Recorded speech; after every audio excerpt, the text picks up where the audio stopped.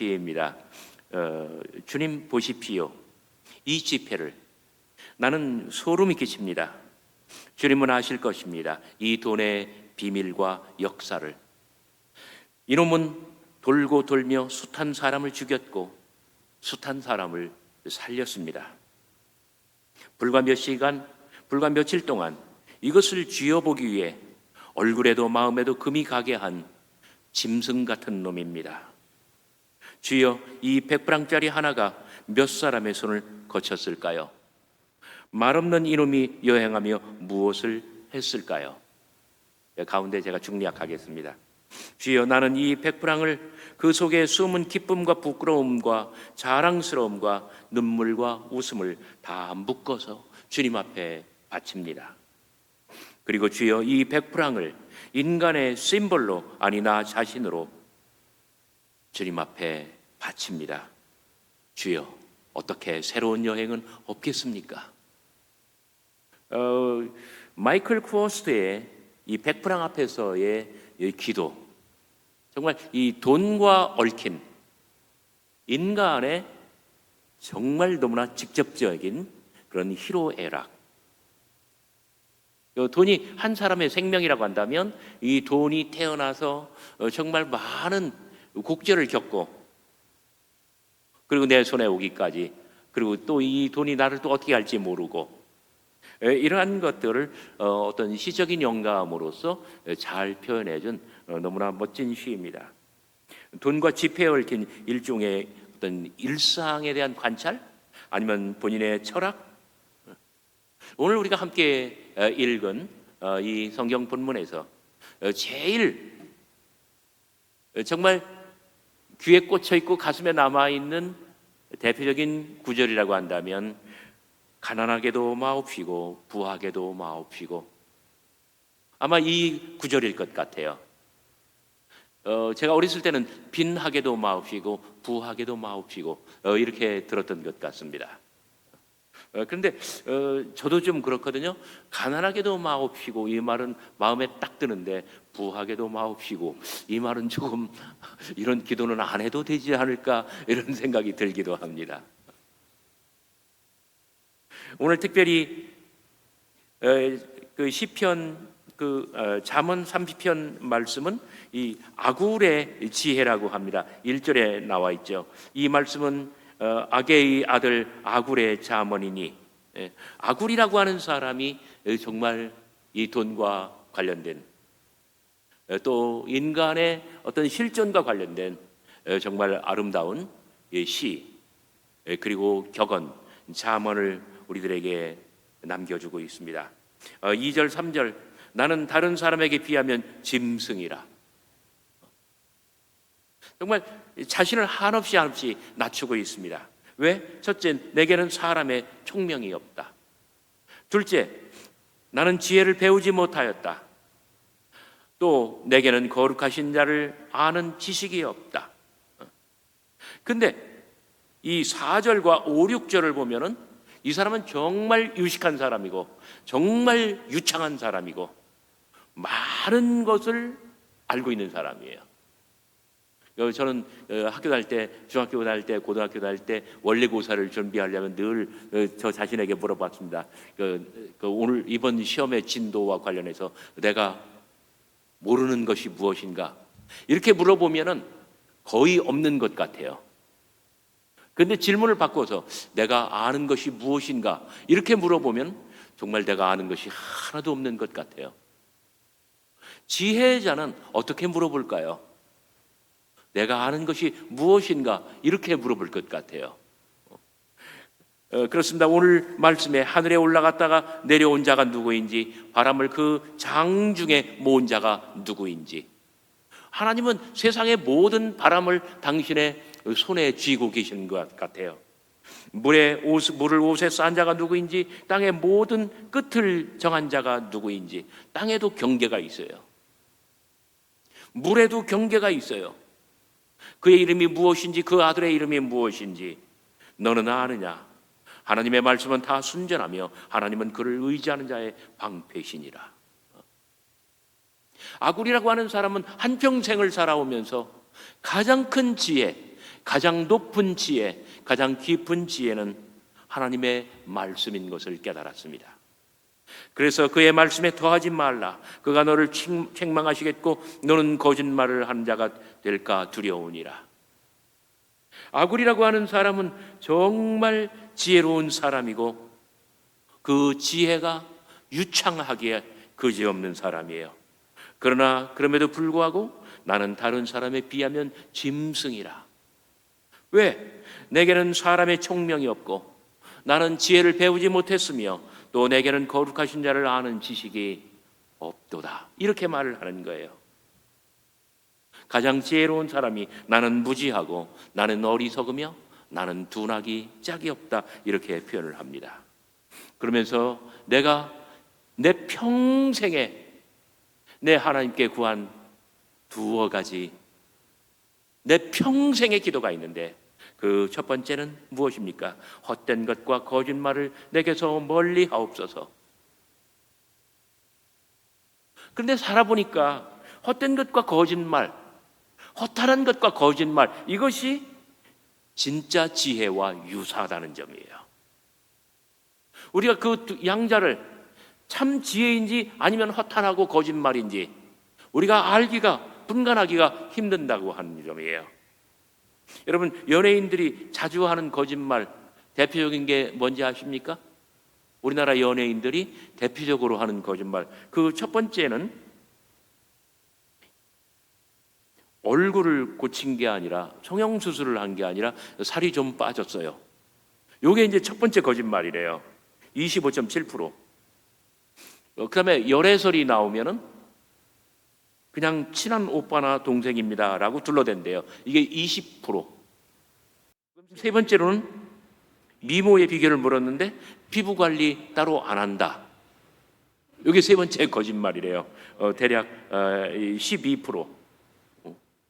그리고 이상형을 물어보면은 이게 네 번째 거짓말인데 나는 그런 거 없고 외모는 안 보고 그냥 성격이 중요하다.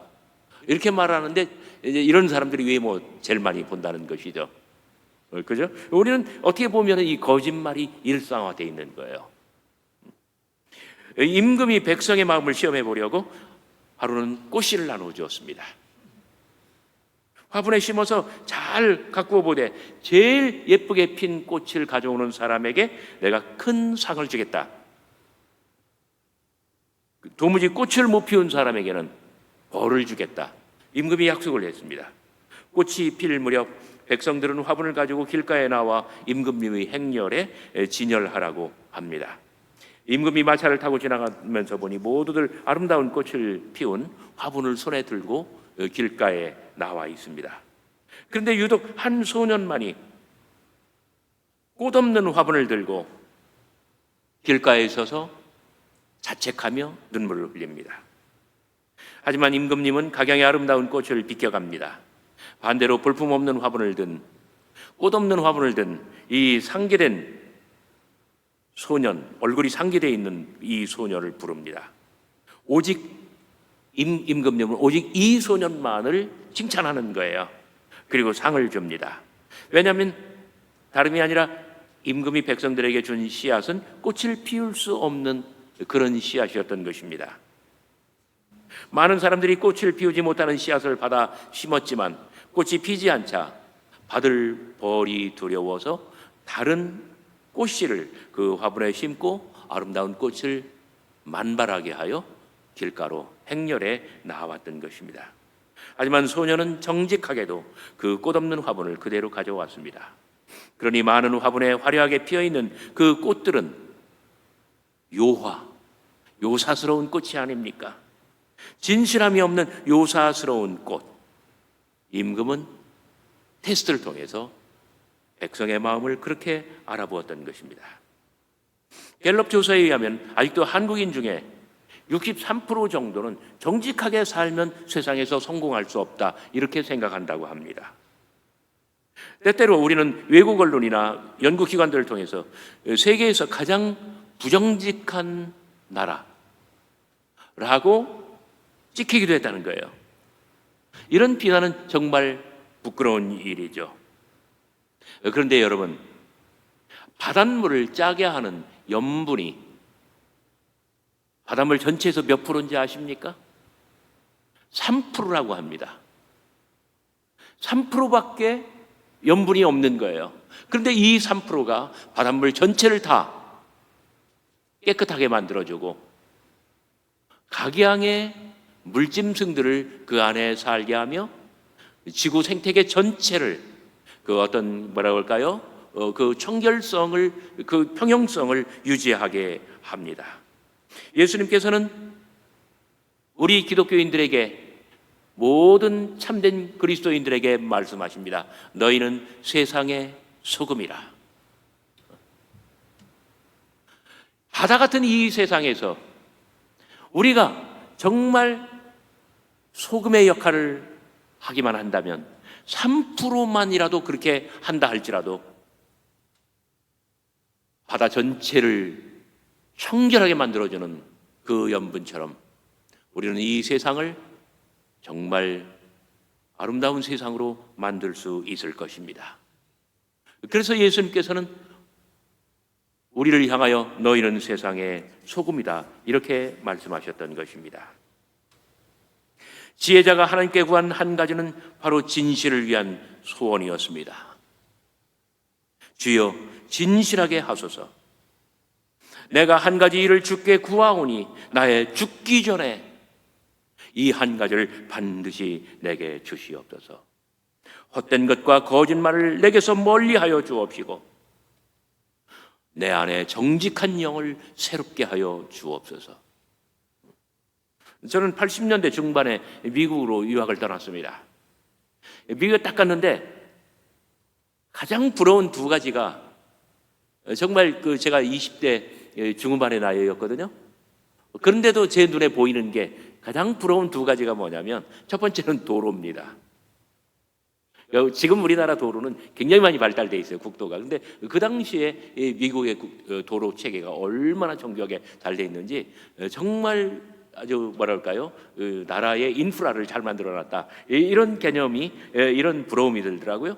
두 번째로는 뭐였냐면은 이 정직과 신뢰에 기반을 둔 그러한 사회를 건설했다. 정말 이 지도 교수가 편지 한 장 써주면요, 추천서를 써주면요, 여기에 뭐라고 써있든 무조건 믿어요. 그만큼 정직하게 사는 것, 그것이 일상화되어 있고, 그리고 정직을 믿어주고, 물론 그렇지 않은 그런 사람들, 그렇지 않은 거짓된 현상, 이런 것들도 얼마든지 있을 수 있습니다만은, 그러나 제가 살았던 나라에 비해서 아주 절대적으로 다른 이 정직과 신뢰의 기반 위에 국가를 건설했다라고 하는 것이 너무나 부러웠습니다. 나의 평생에 꼭 이루어질 단 한 가지, 그것은 무엇입니까?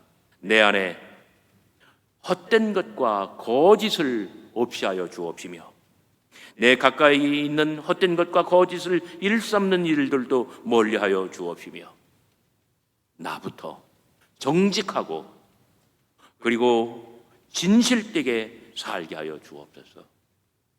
그리고 내가 이렇게 살아갈 때 나에게도 진실된 사람들을 많이 붙여주옵소서. 아굴의 잠언은 이런 기도를 포함하고 있던 것입니다. 두 번째로는 가난하게도 마옵시고 하는 지혜입니다. 가난하게도 마옵시고 부하게도 마옵소서. 9절에 보면은 가난이 무서운 것이 있습니다. 사람이 너무나 가난해지고, 사람이 너무나 핍절해지고, 사람이 너무 궁지에 몰리면 내가 혹 가난하여 도둑질하고 내 하나님의 이름을 욕되게 할까 두려워함이니이다. 저희 어머니는 정말 어려운 가운데 살림을, 어려운 집안으로 시집을 오셔서 정말 안 되는 살림을 하셨어요. 근데 제가 어렸을 때 기억을 합니다. 저희 어머니가 눈물로 기도해요. 하나님 아버지, 이 불쌍한 여종을 지켜주옵소서. 우리가 너무나 가난하면 주의 영광을 가릴까 두렵습니다. 주의 영광을 가리지 않도록 주님을 잘 믿는 사람이, 그리고 세상에서 손가락질 당하지 아니하도록 주여 이 여종을 불쌍히 여기 주옵소서. 저희 어머니는 늘 그렇게 기도하셨습니다.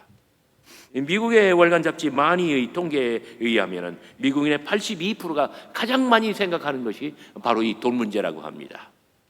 제일 많이 생각하는 것이 돈 문제. 그리고 미국인이 가장 염려하는 것 53%에 해당하는 바로 이런 통계조차 이것도 바로 돈의 문제라고 합니다. 영국 속담에 돈은 모든 문을 여는 열쇠다. 이 돈 가지고 안 되는 일이 없다는 뜻이에요. 유태인들은 또 이 돈의 양면을 바라보았습니다. 금전은 무자비한 주인이지만 그리고 때때로 좋은 유익한 종이 되기도 한다. 정말 이 돈을 어떻게 활용하느냐에 따라서 이게 무자비한 그런 주인이 될 수도 있고 아니면 유익한 종이 내게도 될 수 있다는 것입니다. 여러분, 가진 게 없어 서름을 당해 보신 적이 있습니까?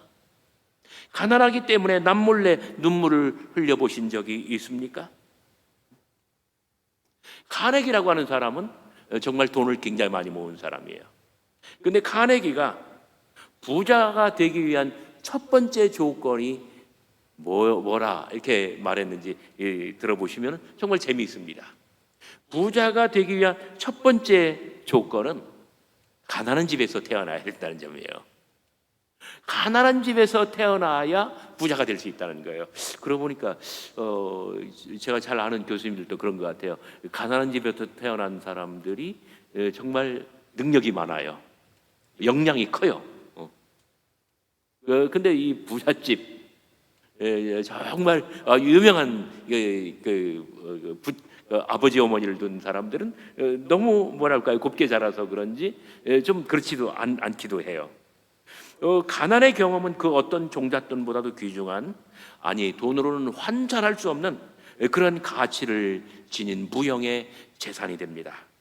가난한 집에 태어나서 부자가 되기 글로써 많은 사람들이 이렇게 말하지만 그렇지 않습니다. 가난하기 때문에 역경을 극복하는 힘이 생기는 것이고요, 가난의 고통을 알기 때문에 어떤 멈추지 않는 이 불굴의 의지가 그 속에서부터 생겨난다는 거 하는 거예요. 루소라고 하는 영국의 철학자는 이런 말을 합니다. 가난한 집 아이와 부잣집 아이 중 누구를 가르치겠냐 물어보면 누구를 가르친다고 할까요? 한번 맞춰보세요. 가난한 집 아이와 그리고 부잣집 아이 누구를 가르치는 게 나을까요? 부잣집 아이를 가르치는 게 돈을 좀 더 많이 받지 않을까요? 루소도 그렇게 말을 합니다. 가난한 집의 아이를 가르치기보다는 부잣집 아이를 가르치는 게 낫다. 왜? 가난한 집의 아이는 이미 인생에 많은 것을 알고 있기 때문에 내가 안 가르쳐도 이 사람은 성공한다는 거예요. 그러나 부잣집 자제는 가르쳐야 할 것이 너무나 많기 때문에 이미 터득한 지혜가 별로 없기 때문에 이런 사람들이 훨씬 더 어리석다는 거예요. 그래서 이 사람들을 안 가르치면 안 된다는 거예요. 그러니까 우리는 정말 우리가 원하는 만큼 가지지 못했고 우리가 기준으로 생각하는 것만큼 미치지 못했다 할지라도 우리는 자족하는 법을 배워야 합니다. 그러나 오늘 이 지혜자의 기도처럼 우리를 너무 가난하게도 마옵시고, 왜? 너무나 가난해서 도둑질하고 내 하나님의 이름을 욕되게 할까 두렵기 때문입니다. 우리는 이러한 기도를 드릴 수 있으면 좋겠습니다. 저희를 너무나 가난하게도 마옵소서. 그러나 가난도 주님께서 주시는 은사고 은총이라 한다면 이것을 내 기꺼이 받아들이겠습니다. 지혜자의 마지막 기도는 부하게도 마옵시오입니다. 부와 배부름 그리고 빈곤, 이런 모든 현상에는 하나의 함정이 있습니다. 혹 내가 배불러서 하나님을 모른다, 여호와가 누구냐 할 수 있다는 점이에요. 우리가 부유하고 모든 것을 갖추었고 모든 것이 편리하여 우리에게 어떤 문제가 없다고 한다면 우리는 하나님을 찾지 아니하게 될까? 지혜자는 그것을 두려워하고 그것을 경계하고 있는 것입니다. 지혜자는 생각합니다. 부와 가난도 참과 거짓만큼이나 분별이 없다는 점입니다. 8절, 오직 필요한 양식으로 나를 먹이시옵소서. 오직 필요한 양식으로 나를 먹이시옵소서. 우리가 먹고 살 만큼만 가지고 있다고 한다면 이것은 풍족한 은혜라는 뜻입니다. 너무나 나에게 부가 많이 쌓이면 이것이 나에게 고통이 되고 인생의 짐이 되며 이것 때문에 내 인생이 넘어질 수 있습니다. 가난한 자는 돈을 가질 수 없다고 불평하지만 부자는 그 돈을 지킬 수 없다고 불평하는 법입니다. 여러분, 물질이란 무엇입니까? 돈이란 무엇입니까? 물질이라고 하는 것은, 돈이라고 하는 것은 모을 때 수고의 짐. 이거 돈을 모으기 위해서는 얼마나 많이 수고해야 되는지 몰라요. 그 다음에 지킬 때 그것은 공포의 짐이 됩니다. 사용할 때는, 돈을 쓰고 싶을 때는 유혹의 짐이 됩니다. 낭비할 때는 죄책의 짐이 됩니다. 그리고 이것을 잃어버릴 때는 슬픔의 짐이 됩니다. 어차피 돈은 인생의 짐이 된다는 것이에요. 그래서 명심보감에 이런 말씀이 있습니다. 큰 집, 1000칸의 집이 있다 할지라도 오늘 밤 내가 누울 곳은 8자 1칸뿐이요. 좋은 돈 만석거리를 가졌을지라도 하루 두 되면 온 식구가 먹을 수가 있다. 오직 필요한 양식으로 나를 먹이시옵소서. 아굴의 잠언과 비슷하지 않습니까? 벤자민 프랭클린이 금전은 마치 밑바닥 없는 바다와 같다고 말을 했습니다. 따라서 영심도 명예도 한 번 빠져들면 헤어나오질 못합니다.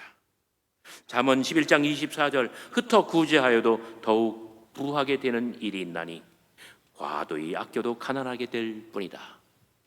이 돈에 대해서 너무나 집착하면 오히려 가난하게 되고, 내 가진 돈으로 사람들을 구제하면 더욱 부자가 될 수 있다라고 이야기를 하는 것입니다. 성실히 행하는 가난한 자는 사곡히 행하는 부자보다 나으니라. 빈부가 섞여 살거니와 무릇 그들을 지으신 이는 여호와시니라. 정말 이 돈에 대해서는 우리가 완전히 정복할 수가 없어요. 카네기가 말했어요. 부자는 웃지 못한다. 정말 돈이 많은 사람은 웃는 모습을 본 적이 없어요.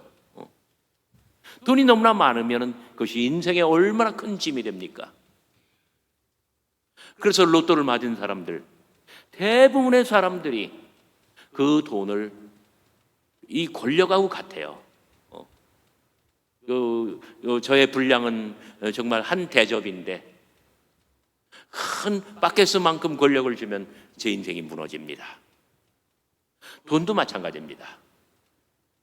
우리가 감당할 수 있는 분량이 어느 만큼인데 그보다 훨씬 더 많이 주어지면 그 시로 인생이 무너지는 것입니다. 그래요, 돈이 많은 것처럼 보이지만 세상에는 돈으로 살 수 없는 것이 너무나 많습니다. 정말 귀한 것은 돈으로 살 수 없는 것인지도 모릅니다. 여러분, 돈으로 침대는 살 수 있지만 잠을 살 수는 없습니다. 돈으로 집을 살 수는 있지만 단란하고 화목하고 아름다운 가정을 돈으로 만들 수는 없습니다. 돈으로 책을 많이 살 수는 있지만 그러나 돈으로 지식과 두뇌를 사지는 못하는 법입니다. 돈으로 약을 살 수는 있지만 건강을 사지는 못합니다. 돈을 들여 사치품을 많이 집안에 드릴 수는 있지만 그러나 고급한 문화를 창조하는 것은 아닙니다. 향락을 살 수는 있어도 행복을 살 수는 없습니다. 마음의 평안, 하나님의 구원, 우리 주님께서 우리에게 주시기를 원하는 천국, 이 모든 것들은 돈으로 사는 것이 결코 아닙니다. 이렇게 제한된 물질이 빛을 발하기 위해서는 하늘에 저축해야 한다는 것이 예수님의 가르침이었습니다. 미국의 대부호 락펠러, 우리 이제 록펠러라고 했는데 유학 갔는데 락커펠러 이렇게 얘기를 하더라고요. 한참 들어보니까 록펠러구나. 그때 제가 알아들었어요. 록펠러는 19세기에서 20세기를 산 아주 정말 큰 부자였습니다. 미국 석유 산업의 95%를 지배한 그러한 실업가였습니다. 그는 가난한 행상의 아들로 태어났지만 청년 시절부터 야심에 가득 찬 그러한 야심가였습니다. 그의 목표는 딱 두 가지예요. 나를 위하여, 그 다음에 돈을 위하여. 정말 이 록펠러는 이런 사람이었어요. 그는 빈손으로 출발해서 20대에 자립할 수 있었고 30대에 오하이오 스탠더드 석유 회사를 설립하였고 그리고 40대에 철도 회사와 기업을 합쳐서 일약 미국을 쥐고 흔드는 대부호로 등장을 합니다. 정말 그 과정에 이르기까지 그리고 그 돈을 지켜내기까지 아니면 더 성공하기 위해서 이 사람은 정말 사람들을 많이 부려먹고 그리고 회사원들을 얼마나 많이 착취했는지 모릅니다. 그런데 나이 50이 되었을 때 깨달음이 옵니다. 나이 50이 되었을 때 노이로제에 걸립니다. 그의 식욕이 달아나고 소화도 안 되고 밤에는 불면증에 걸리고 그리고 악몽으로 밤새도록 고통을 겪습니다. 이런 고통 속에서 그는 비로소 자기를 찾게 되었습니다. 그는 자기를 위하고 돈을 위한 길이 바로 파멸을 위한 길이라는 것을 그때 뒤늦게 깨달았습니다. 그리고 하나님께로 돌아왔습니다. 하나님을 찾고 자기를 찾은 그의 눈에 차츰 아내가 들어오고 자식들이 들어오고 그리고 친구가 눈에 보이고 이웃들이 눈에 밟히기 시작합니다. 그래서 지금부터는 그때부터는 자기가 번 돈을 이제 내놓기 시작합니다. 그래서 그 아주 세계적인 명문 The University of Chicago 이 시카고 대학을 위시한 많은 교육기관을 설립하고 뉴욕의 정말 아름다운 교회 리버사이드 처치 강변교회죠. 리버사이드 처치를 건축하고 정말 많은 교회를 세우게 됩니다. 그가 여러 자선사업기관에 기부한 돈은 천문학적인 액수였습니다. 그는 자기의 부를 인류에게 돌려줌으로써 그런 인류에게 참 이웃이 될 수 있었던 것입니다. 우리는 자족하기를 배워야만 합니다. 사도 바울은 말을 합니다. 내가 부에도 처할 줄 알고 빈곤에도 처할 줄 안다. 나는 나에게 주어진 모든 상황을 다 받아들일 준비가 되어 있다. 오늘 아굴의 지혜도 마찬가지입니다. 오직 필요한 양식으로 나를 먹이시옵소서. 하나님께서 오늘 우리에게 어떤 삶의 형편을 주셨든 우리가 자족하면서 늘 하나님 앞에 감사하면서 살아간다면 우리가 더욱더 행복하고 천국 같은 삶을 살 수 있을 줄 알아 이 말씀 여러분들과 함께 나누었습니다. 기도하시겠습니다.